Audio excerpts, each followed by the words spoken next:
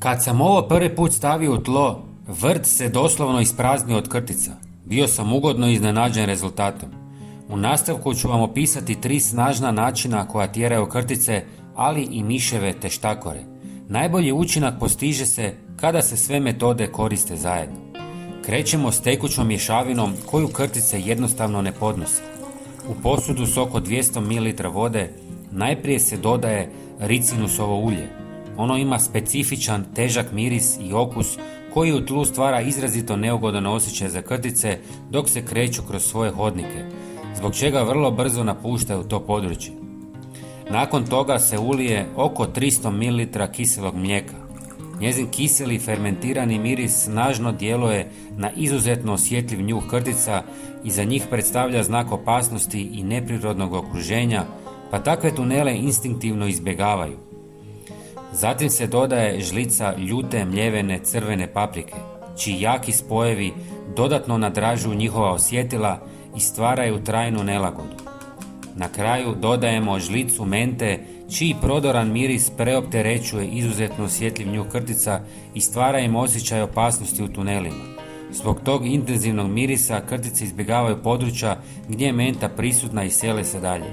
Kombinacija ova 4 sastojka krtica je neizdrživa.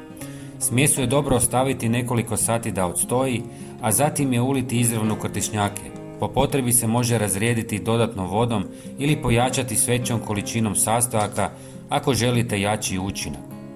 Sljedeći pristup koristi njihov prirodni instinkt straha od grabežljivaca.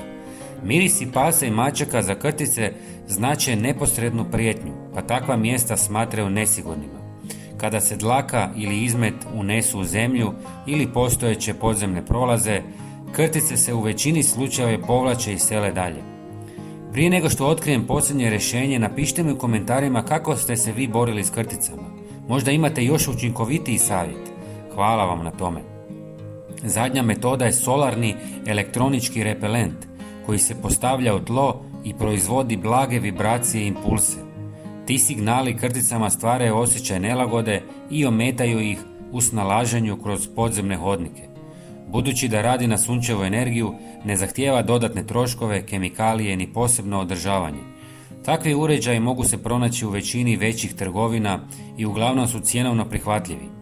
Kada sam upotrijebio sve 3 metode, sve krtice su nestale iz vrta. Podijelite ovaj video sa prijateljima kako bismo i njima olakšali rješavanje ovog problema. Hvala vam i srdačan pozdrav!